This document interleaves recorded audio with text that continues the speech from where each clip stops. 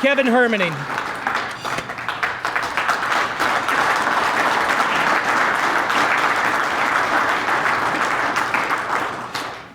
Actually, I think Wendy deserves a medal more than anything.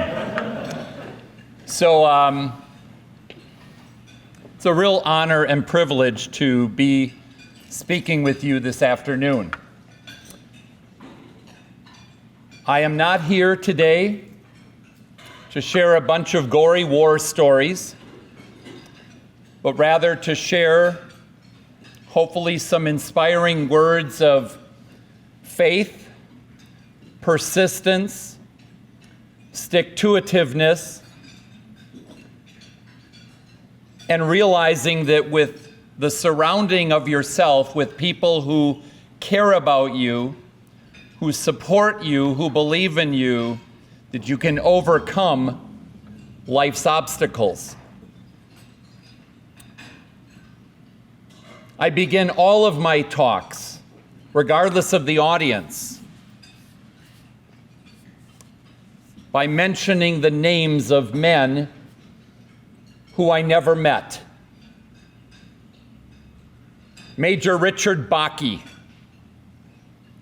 Major Hal Lewis Jr., Captains Lynn McIntosh and Charles McMillan II, Tech Sergeant Joel Mayo, Staff Sergeant Dewey Johnson, Sergeant John D. Harvey, and Corporal George Holmes Jr. You will learn more about them in about 20 minutes or so. But keep their names in your mind as I go through my story this afternoon.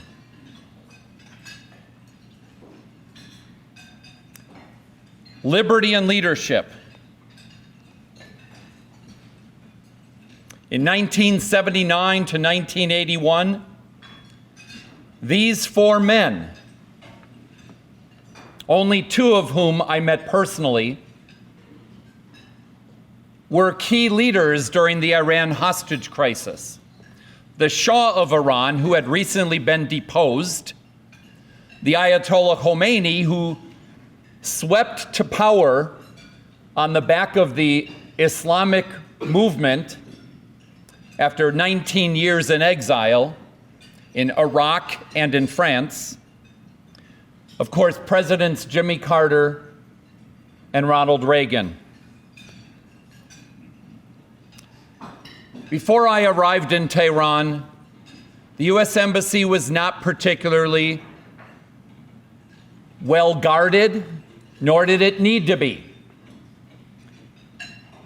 Because from 1953 until the Shah was deposed in early 1979, it was the safest place in the Middle East for Americans.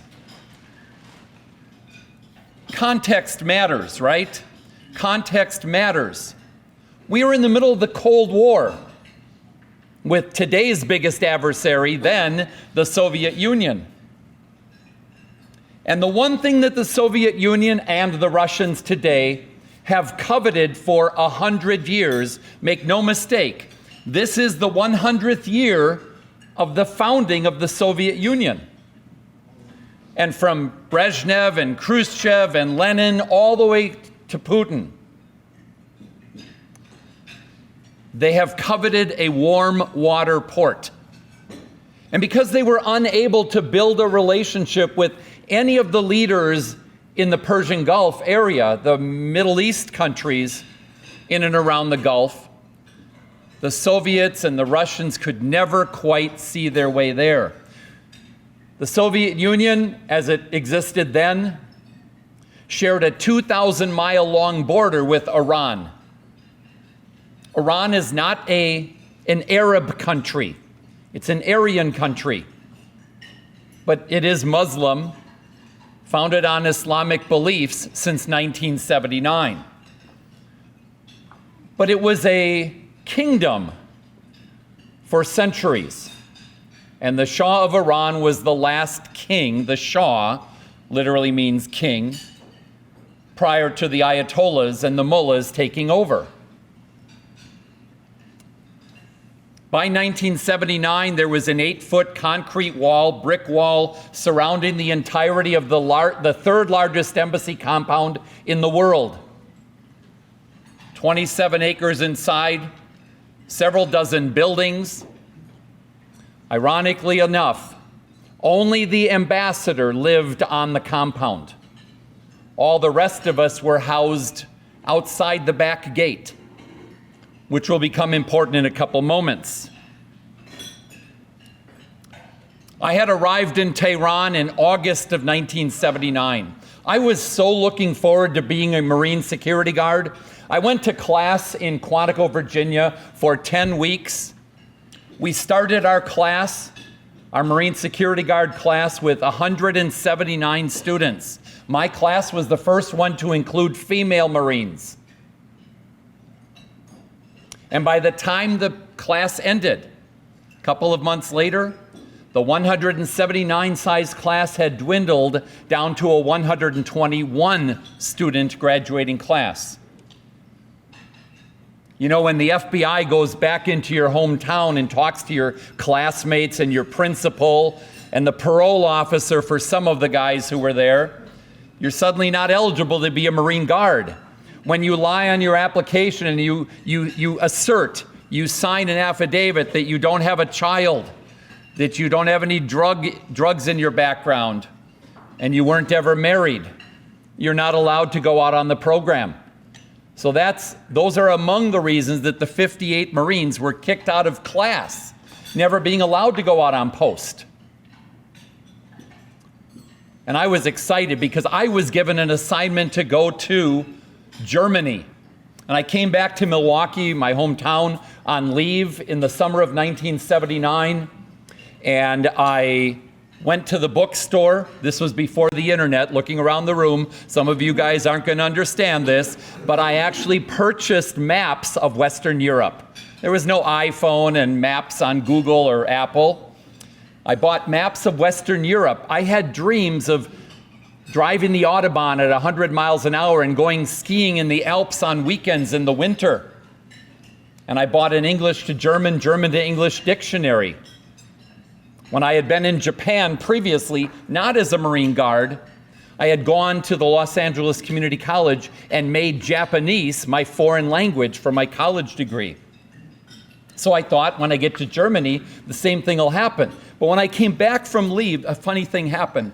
The Sergeant Major called me into his office and he said, "Sergeant Hermening, there's been a mistake." I said, "Sir?" He said, "Yes, you're not going to Germany, you're going somewhere else." I said, "Sir, where am I going?" And he said, "Well, we accidentally assigned a Jewish Marine to go to this place called Iran, and you're going to Tehran to serve at the embassy there." And without lying to you folks, I looked at the Sergeant Major, I said, "Sir, I was a good student in high school, but I've never heard of the country of Iran." Now, I know that sounds silly to you sitting here today because everybody in the world pretty much has heard of Iran because they have been our 40-year adversary. All right, they're in the news all the time.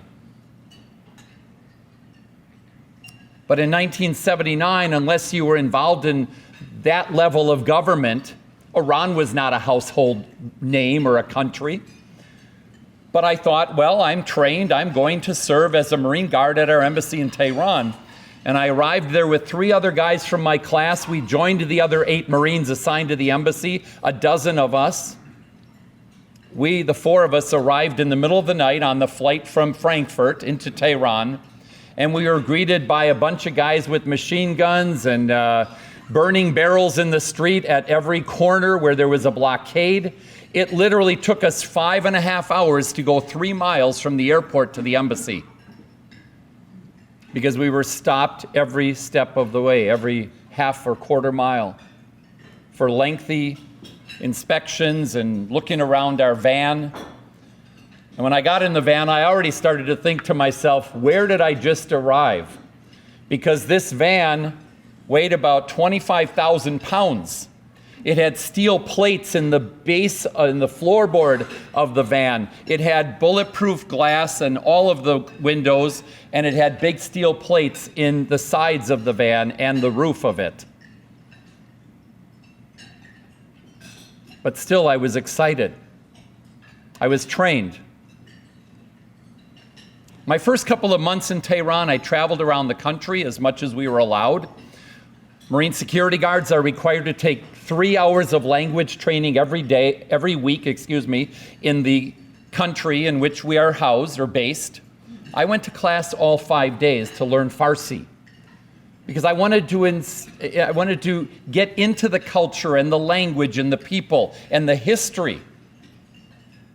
And I loved my first 2 months there.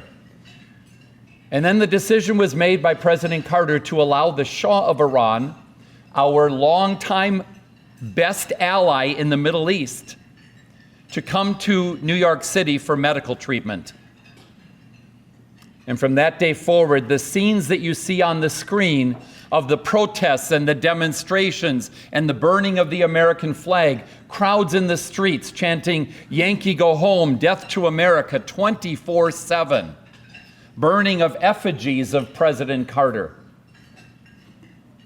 One day, the Iranians scaled the concrete walls and tore down the American flag from the pole in front of the main building. That night, a couple of Marine sergeants went outside and we greased the flagpole. After putting the flag back up, we greased the pole so that wasn't going to happen again. But when the Shah was admitted into the United States for medical treatment, fast forward, the Shah was very ill. He had cancer. He would die 8 months after we were captured. It was the main thing the Iranians wanted, was to have the Shah come back to Tehran to be put on trial for crimes against the Iranian people. Guys, the Shah was our dictator, not the other people's dictator. And so we have many decades of history, a century or more of history, trying to pick sides in countries around the world where they don't think like we do. That's nothing new, even for you young guys. You certainly know that. November 4th, 1979, what began as just one more daily demonstration turned very ugly at around 10 o'clock that Sunday morning. It was drizzling, it was kind of cool. Winter was coming to Tehran. By the way, Tehran's weather is about, the city of Tehran's weather is about the same as it is in Milwaukee. All right? I know you might think of Iran as goats and camels and deserts. And yes, there is that, but the city of Tehran is the 11th largest city on the planet. They have about 19 or 26 million people live in the city of Tehran itself. It is a very large urban area. And unlike when the Shah was there, who was at least trying to modernize the city, they haven't exactly been doing a lot of that lately for the last now going on 40 years, more than 40 years. This is the iconic photo of among the first hostages, Sergeant Maples and Kirtley. They were not captured at the embassy. They were captured in their apartments. And get a load of this.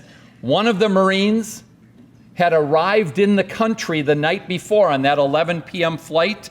He got to the embassy grounds, to his apartment. He never came in the compound. Why would he? He was going to sleep. We took him to his apartment. Paul Lewis from Homer, Illinois. He went to sleep around 3 in the morning, and he is awakened with lots of guys with lots of automatic weapons pointed at his head. He never saw the grounds of the compound as a free American. He saw it when they took his blindfold off, and they paraded him around the grounds as they did many of us. Another Marine there was on duty in the right upper picture, along with some of the State Department officials. I want to let you know that about half the American hostages were Department of State, half were military. There were 2 women held hostage the entire time. They were among the senior-most U.S. officials, Ann Swift and Catherine Koob. They were held the entire time as well. We were blindfolded, handcuffed, interrogations on a regular basis. I want to tell you 3 stories real quick. One of those stories is about my friend Colonel Charles Scott, an Army attaché. He was interrogated so severely, so frequently and severely in the first hours of our being taken captive that he had 3 of his teeth broken off at his gum line when beaten with rubber hoses. The 3 teeth remained embedded in his gums, and he developed a lot of intense infections and became very ill, often in captivity. But we had no medical or dental treatment until we were freed 444 days later, and he was finally at the U.S. Air Force Hospital in Wiesbaden, Germany. Another fellow, another native Wisconsinite from Fond du Lac, Tom Ahern. Tom Ahern was our country's or our embassy's CIA station chief. Tom Ahern spent 425 days in solitary confinement. It's a long time. I don't know how he did it. I honestly do not know how Mr. Ahern was able to cope and contend with that. Now, I haven't talked with him or seen him since we were freed in January of 1981. But I know how hard it was for me personally to spend 43 days in solitary confinement after a failed escape attempt.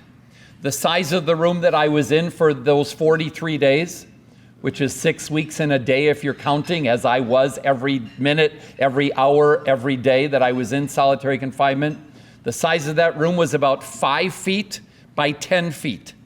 And the only thing other than me in that room was the box spring, the bottom part of a bed. First couple of nights, blindfolded, handcuffed behind my back. You cannot sleep. You might doze off, but you certainly can't get a good night's sleep. With the fear and the wondering what was next. But by the end of those 43 days, I was begging the guards to please put me in a room with other Americans, if there were other Americans still there, because I didn't know. I wondered as the days ticked by in solitary confinement. I didn't hear anybody else. The only other people I heard were when the guards came to get me and take me to use the bathroom once a day on their schedule. Think about that. Once a day to use the bathroom on their schedule. They allowed me to take 2 showers in those 43 days. I was so happy when they finally put me in a room with another American, Alan Golosinski. And the last story I'd like to tell you about one of my colleagues is about Bill Keogh. Bill Keogh was one of only 2 civilians who got caught up in the hostage crisis. He worked for an international education agency overseas. He was working out of Karachi, Pakistan, actually, and his international agency back in Boston called him up and said, Bill, we would like you to go to Tehran, right next door, countrywide-wise, and retrieve high school transcripts and other records from the now closed, because when the Shah left, almost all the Americans left except for the embassy folks. Retrieve all of those transcripts and records from the closed Tehran American High School. He said, no problem. He got on a plane. He flew to Tehran on Saturday. He came to the U.S. Embassy. He came into the main building. He presented his passport under the little slot at what we call Post 1, bulletproof glass. The Marines are behind that. He checked in. He said, he told us why he was going to be in the country, or why he was in the country, and that he was going to be leaving the next day. Bill Keogh turned around to leave the building to go about his business up the street, just as the Iranians came into the building, and he was captured along with the rest of us. Again, he was only going to be in the country about 36 hours. Bill Keogh, I finally had a chance to meet about 8 months after we were captured, because he and I became roommates. At the time, we were in a maximum security prison, big, thick concrete walls, iron bars on the windows, little peephole in the steel door, and a little slot where they slid the food under. And Bill Keogh walked into the room, and I looked at the tallest man I had ever seen in my life in person. Bill Keogh was 6 feet 9 inches tall, weighed about 350 pounds when I met him. He and I were roommates for 6 months. We had a great relationship. He was the same age as my dad, and he has had 3 kids my age, give or take a couple of years. He treated me like a son. I looked at him like a father figure. And he would say to me every day, as many educators do, educators are encouraging about the future. He looked at me and he said, Sergeant Hermening, by then we were on a first name basis, he said, Kevin, when we get out of here, he never said if, he said, when we get out of here, go on and get your education, go to college, get your degree, make something of your life. This is temporary. He said, build a bucket list. He used different words because I never heard of the bucket list until many, many years later. But I made a bucket list of about 300 things. I checked a lot of them off in those first couple of years after we were captured, after we were freed, But one thing that our other roommate and I noticed about Bill Keogh is that in that 6-month period, he started getting weaker and smaller. He started complaining about the fact that one half of his body was going numb. We said, well, let's bring in a doctor. Let's ask the guards to bring you to a hospital or a medical clinic. He said, no. We asked anyway. They didn't do it. But Bill Keogh's health deteriorated so much during our 6 months together in that maximum security prison, that this 6 foot 9 inch tall guy lost 200 pounds before we were freed and weighed only 150 pounds. If you look at photos of us getting off the plane, you'll see this skeletal looking giant of a guy.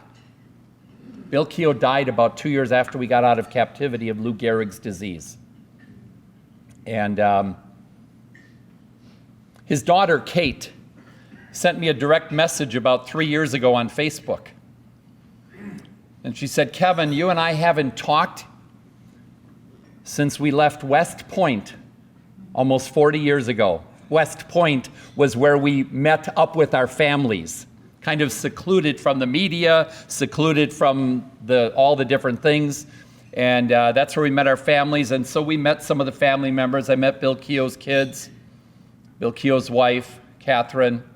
But Kate sent me this message and she said, I'm wondering if you have some time to talk. So I called her the next morning as I was driving over to one of my other offices, and we talked for 2 hours. Mostly it was me talking because I was telling the story of her dad.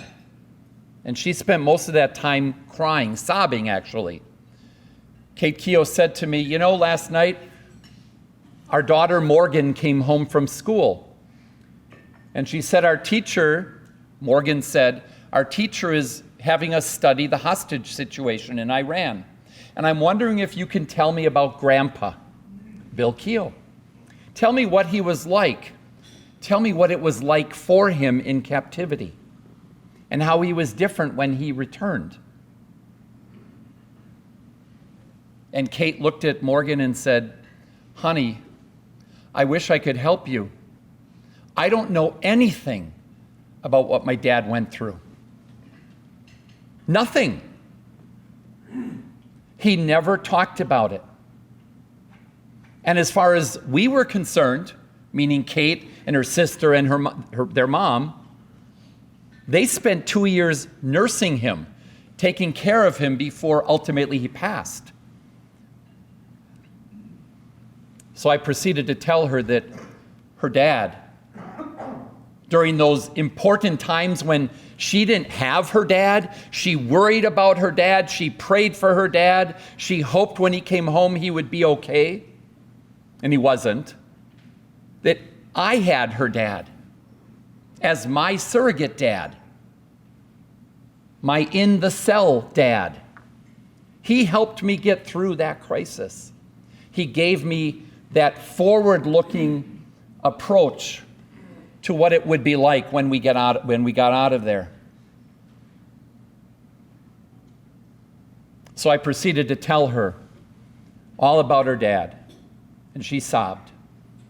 I told her about how he and I and our other roommate, Bruce German, by then things had relaxed a little bit, though we were still in this cell. We were allowed to play cards and we were allowed to talk to one another. We were allowed to walk around in that 20 by 20 square foot cell. We had the little foam pads we slept on, but in the morning we would always lean them up against the wall so we had more space. But there was a table and a lamp and 3 chairs, and we would sit there every morning and play cards. And I said to Kate, as I will relate to you, one day Bruce German just would not get off his little foam pad. This 40-year-old guy sat on the pad. Now remember, I'm a 20-year-old young Marine. This 40-year-old guy sat on his foam pad and said, I don't want to play cards, and he started to cry. And I thought, what is your deal?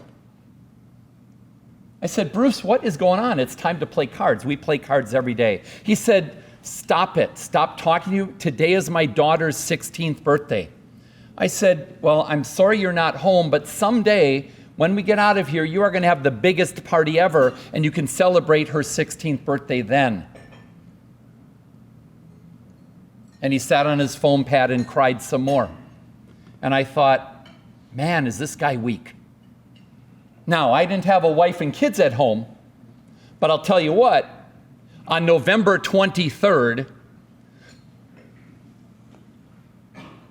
2005, November 23rd, 2005, 24 years after we got out of captivity, almost 25 years, I made contact with Bruce German, and I apologized for badgering him to play a card game. He said, what are you talking about? I said, don't you remember? And I explained. He said, no. I thought, oh my gosh, I've been worrying about this for 25 years. He said, in the meanwhile, why are you calling me? What's going on with you? I said, I'm calling today to apologize because today I get it. Today is my older daughter's 16th birthday. To not be with her on her 16th birthday, and I was free. And many of you can relate. And the rest of you who have kids still younger than that, you'll be able to relate. And he wasn't with his daughter, his family.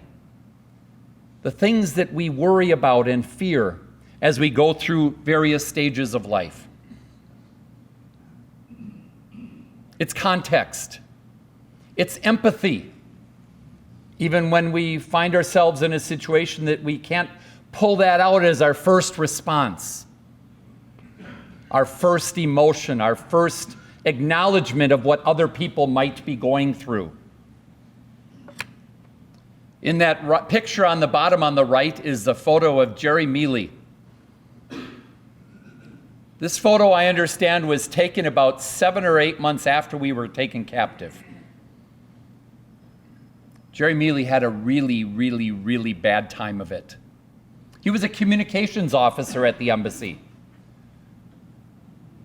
But the Iranians brought him out to the gate of the compound, where he was just feet away from people spitting on him and jeering at him and shouting things in Farsi that he thought meant, because it was just close enough to Mealy, his last name, that he thought he was going to be put out to the crowd and killed.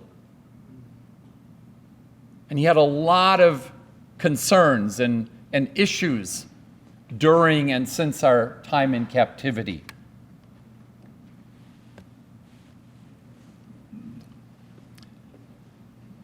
Ten of us held out for about 4 hours, destroying top secret and classified documents and computer equipment.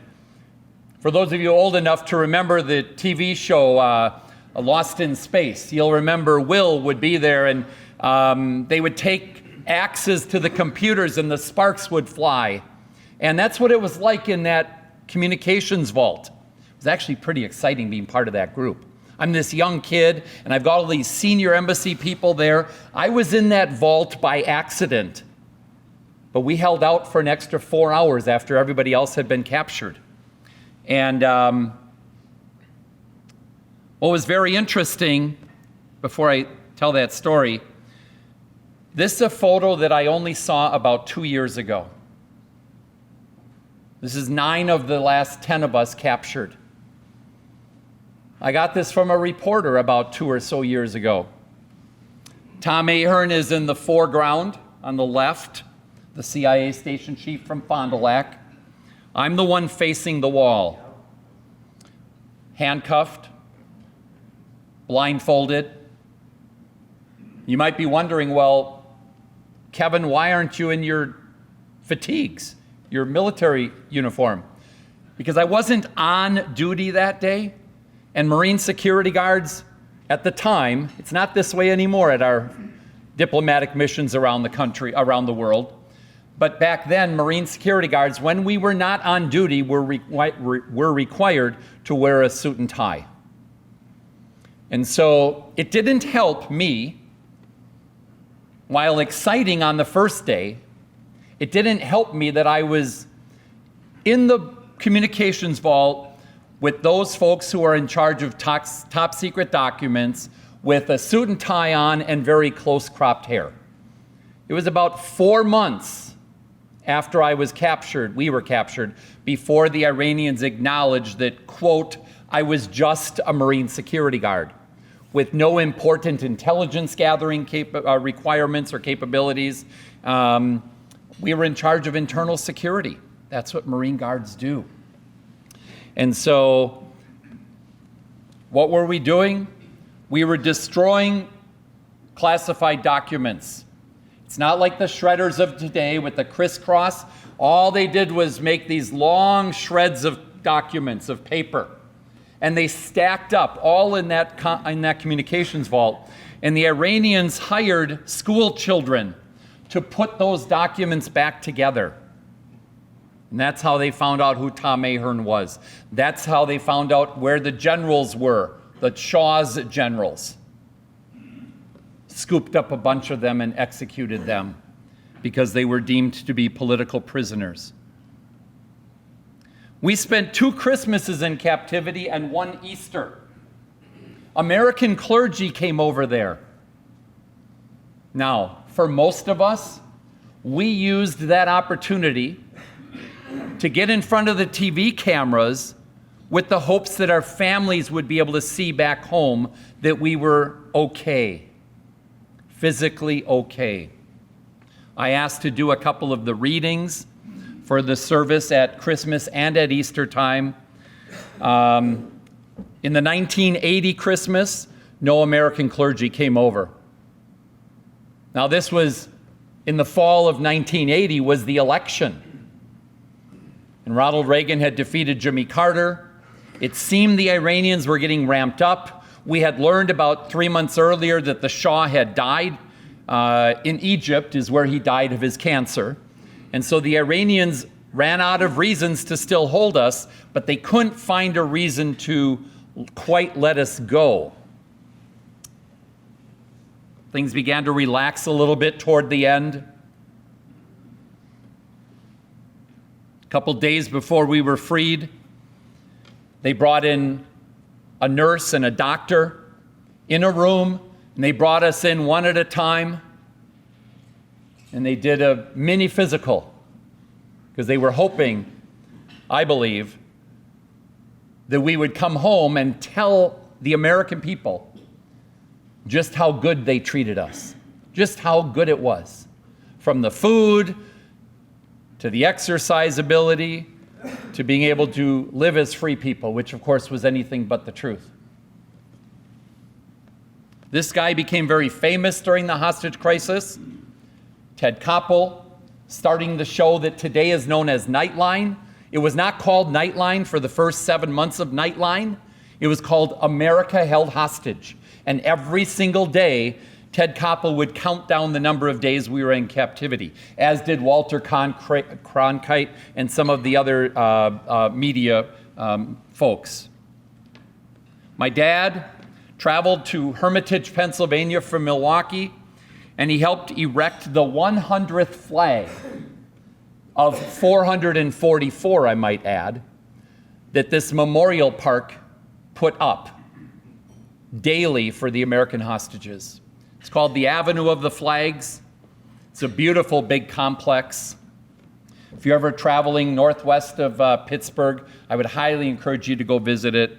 Been there a couple of times. About halfway through the crisis was an event known as Operation Eagle Claw, April 25th, 1980. Complicated mission, one of the very first missions of the Combined Special Forces, the Delta Force. Because it was one of the first missions and complicated, and because of the egos and the power of the leaders in the branches of the military, it complicated it further. But it wasn't what led to the tragedy in the desert. So what happened was 6 helicopters left the aircraft carrier in the Persian Gulf. 2 KC-130 transport planes left the country of Oman. They landed at a place called Desert One, 200 miles south of Tehran. The plan was to then take the helicopters up to the city of Tehran, to the soccer stadium that was right across the street from the embassy grounds, literally right across the street. Special forces were then going to blast their way through the 8-foot concrete walls in the middle of the night, because this whole mission was under the cover of darkness. 1, 2, 3 in the morning. They were going to swoop in, put gas throughout the entire compound, all the buildings, knock all of the people out with the gases, and then room by room, go and hunt for each of us, scooping us up, putting us into the helicopters, and bringing us home to freedom. Unfortunately, one helicopter got lost in a sandstorm and had to turn back. Another helicopter never made it to the coastline of Iran, had to turn back to the aircraft carrier. So there they were at Desert One, and the commander, Colonel Charlie Beckwith, got on the satellite phone back to the White House and told the president that we had to try a different night because they could only rescue about 40 of the hostages, not all 52. President Carter made the decision to abort the mission, and while they were extracting themselves from Desert One, and out of fear on the part of the colonel that the helicopters might get lost unless they all stuck together, he told the first pilot, Major Baki, to just hover above the scene on the desert floor until the second helicopter was ready to take off, and then he would move forward by a couple hundred yards, and then they would do this until the remaining helicopters were all airborne. Major Baki was looking out of his window, about 70 yards or so up in the air. The big rotor blade whooshing up the sand, almost blinded. And he thought he was in a secure, stable place, looking down on the ground at a red beacon light that he thought was stationary. But actually it was the tail light of one of the motorcycles being driven by one of the other special operators going across the area to make sure that all of the equipment was put into the various helicopters, making sure nobody was left behind. So this helicopter was way off location. Suddenly a big windstorm came up. The helicopter tilted just enough, and the big rotor blade of that bird slashed through the fuel tank of the C-130 sitting on the desert floor, and it resulted in an explosion you could see for 25 miles in the midnight sky. 3 Marines and 5 airmen perished that night.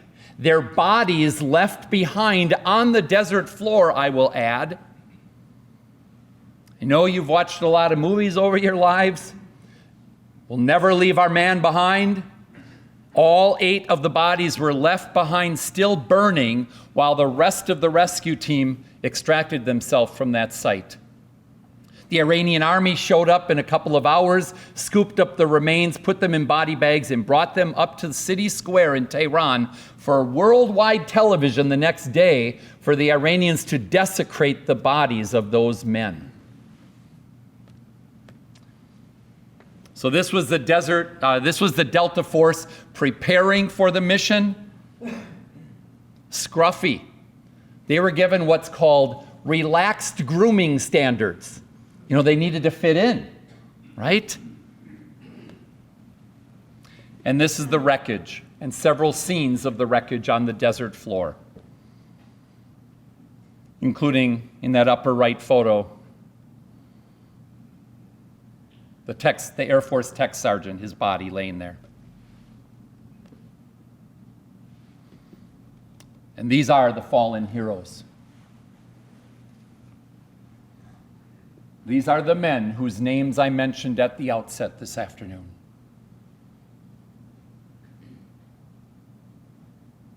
These are the men who left behind children, spouses, siblings, parents, never to come home and see their loved ones again. I've met the widow of one of these Air Force guys, and I've met many of the other men who were on the mission. And some of these men have said to me personally, Sergeant Hermening, if you ever see your other fellow hostages again, let them know that to a man on our team, despite the known risks, even knowing what happened to our 8 fallen colleagues, we would do it all again. Gentlemen, this is the character of the men and women who today are standing in harm's way somewhere defending freedom so that we can comfortably be sitting in Wausau, Wisconsin today, enjoying lunch, and go back to our workplaces and our families tonight. These men, more like I should say, the orphaned 17 children of these men, have become the basis of my favorite charity anywhere. It's called the Special Operators Warriors Foundation. And this foundation, based out of Tampa, Florida, spends no money on administrative costs, has so far paid for full college educations for 2,700 orphaned children of our nation's special operators. A few weeks ago, unfortunately, one of our special operators passed and left a child behind, a 3-month-old. 18 years from now, that child will need someone to pay for her education. And this foundation is set up to do that. I had the privilege of addressing their national event down in Tampa a couple of months ago in December. Gentlemen, we were freed on Inauguration Day. Ronald Reagan took office on January 20th, 1981.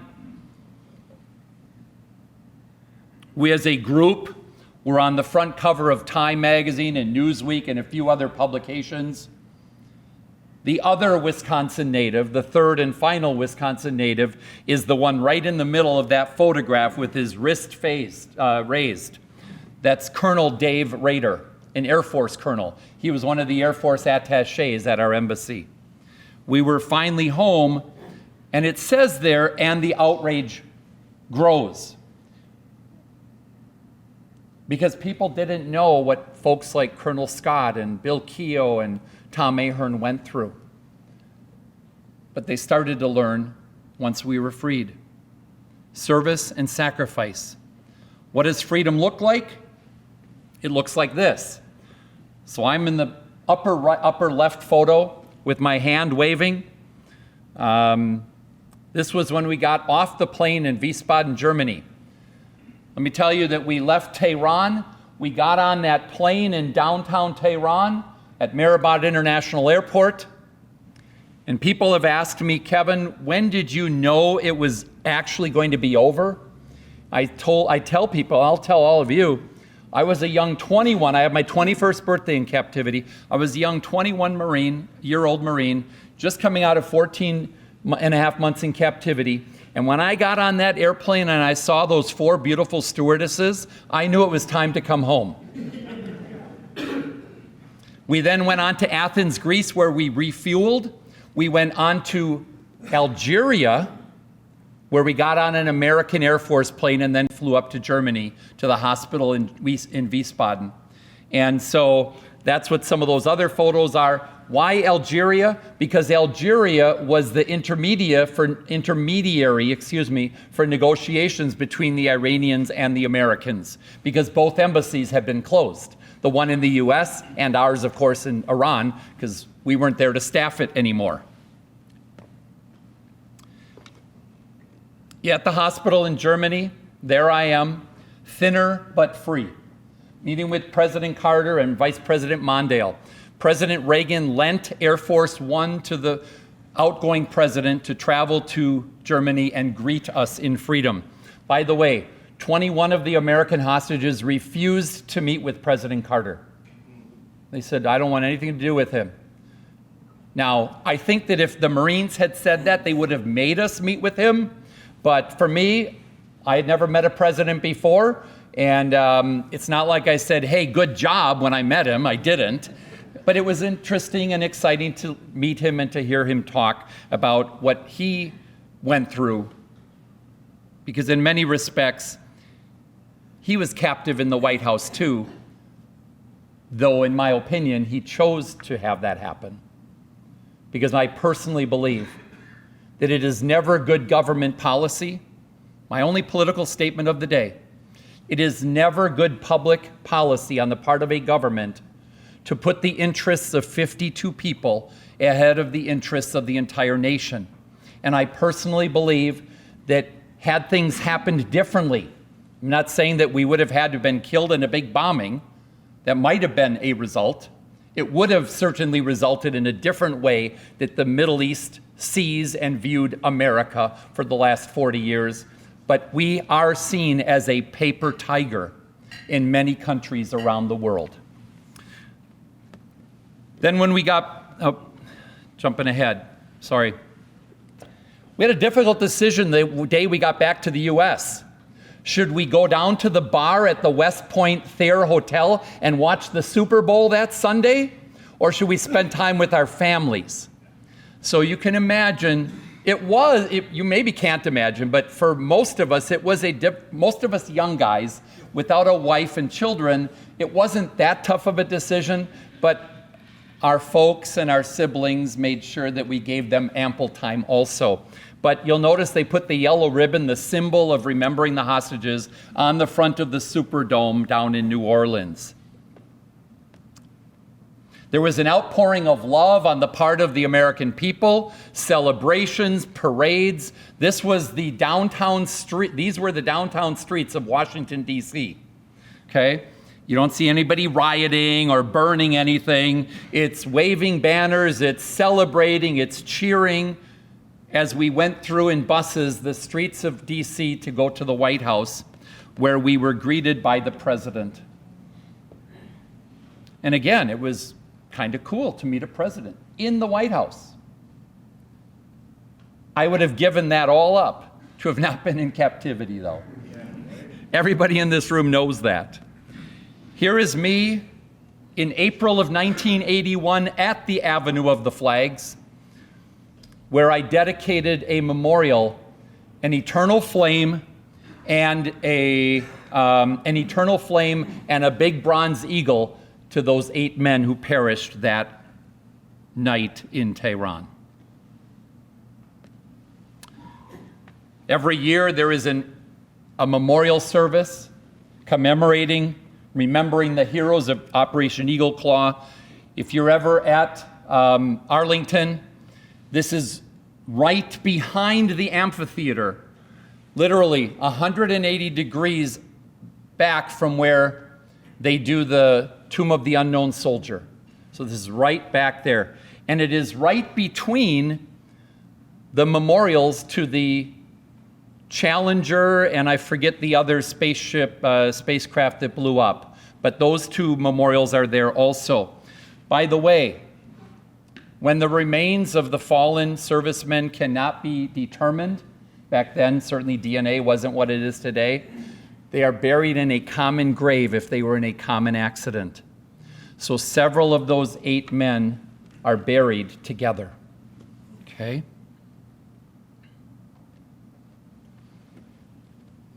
A couple of years ago, just pre-COVID, my friend Colonel Tom Schaefer, United States Air Force, another Air Force attaché, the senior military person at the embassy, passed away. And so they brought out the caissons and they brought his casket, flag-draped casket, about a mile to his resting place. And it just gives me chills to even think about and say, and remind you of that scene with the blue sky and the trees in the background there, as the 5 planes, Air Force jets, came overhead with one of them heading to the heavens. Missing man. I'm so glad I went. This is actually the service medal.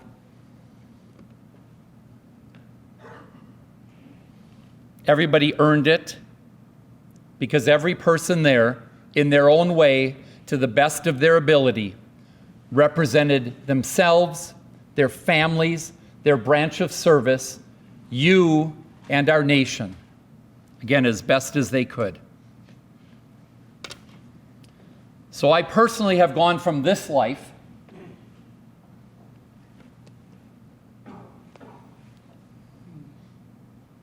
in 1979 to this one, addressing school children in Indiana, Rest Lawn Cemetery on Memorial Day, just up the street here on 6th, to speaking at the Grand Theater in front of 600 people, to being a presidential elector in the Electoral College in 2016. And that's the picture in the middle that my family took from when I was in captivity, from Christmas. That's what kept them going back home. This team on the left is the team that tried to rescue me and gave all. This team on the right, many of whom are here at this table right in the front left, on my left, they allow me to trust in them. Trusting in others. Doing your best, and I'm not great at this, certainly not every day. I struggle with it every day, to raise other people up, to have empathy and understanding and encouragement, like Bill Keogh encouraged me. The world apart, from November 4th, 1979, to my family, my daughters and their boyfriends, just a couple of years ago. It really is a world apart. When I was in solitary confinement, gentlemen, the closed Tehran American high school library became the beginning, the planting of the seed of a lifetime of change for me. I don't think the Iranians had any idea what they were doing, but they put onto a little cart a bunch of library books, and apparently some books that had been sent over to Tehran for the hostages. And they pushed this little cart down the hall, and room by room they would stop. And they came to my room at around 2 a.m. And I reached on the top shelf and I grabbed a great big thick book, and I reached on the bottom shelf and I grabbed a smaller but still pretty thick paperback book. And I read those books. And I started with the big thick one. If you're ever in a situation like this, please promise me this: you will never read a 1256-page version of Tolstoy's War and Peace. It is not the right book to read in captivity. And the book that I grabbed from the bottom shelf, I opened it up, and inside, in handwritten words, it said, "To hostage number 26. Now, I don't know if I was hostage 26 or not, but that night I became hostage 26. There was a woman somewhere in the United States who sent over 52 Bibles. I read that Bible from cover to cover 4 times in solitary confinement. I circled things, I underlined things. I thought, how can that possibly be true? Somebody really lived to be 900 years old? I mean, all the different things that didn't make a lot of sense.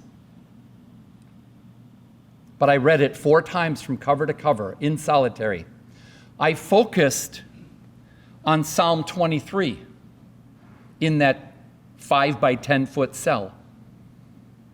Our next door neighbor at the time, Wendy and me, our next door neighbor, every Saturday night would call us up for a long time and invite us to church with them. And we found every excuse to not go. And then we ran out of excuses. And so we started going to church with them. And my very first day in church, many of you know this man, Les Wico. Les Wico came up to me after the service, and he stuck out his hand, and he started to cry. And I'm like, oh, this is kind of weird. And then he reached out and he hugged me, and he was just sobbing. And when he finally composed himself, he introduced himself, and he said, I want you to know that I was pastoring a church in Door County at the time you were in captivity. And every single day, I prayed for you personally by name. And I thought, wow, that's a big deal. Men, you don't know who you're going to influence. You don't know who among your neighbors, your family members, your coworkers needs the Lord. Something to put your faith in. I wish that I had the faith in captivity that I have today and have had for 30 years, but I believe that seed was planted. And the Lord plucked me out and said, I'm yours if you'll make me yours.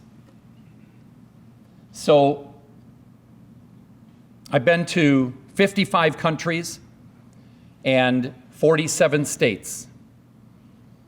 And we have a lot of challenges to contend with. A lot of things we are uncertain about. But I hope you'll agree with me when I close by saying, despite those challenges, being free and having the freedom in Christ, you cannot beat that. Because this nation, founded under God, with Judeo-Christian principles, written into our Constitution, this nation, these United States of America, still stand tall as the greatest on earth. Thank you so very much for having me here this afternoon.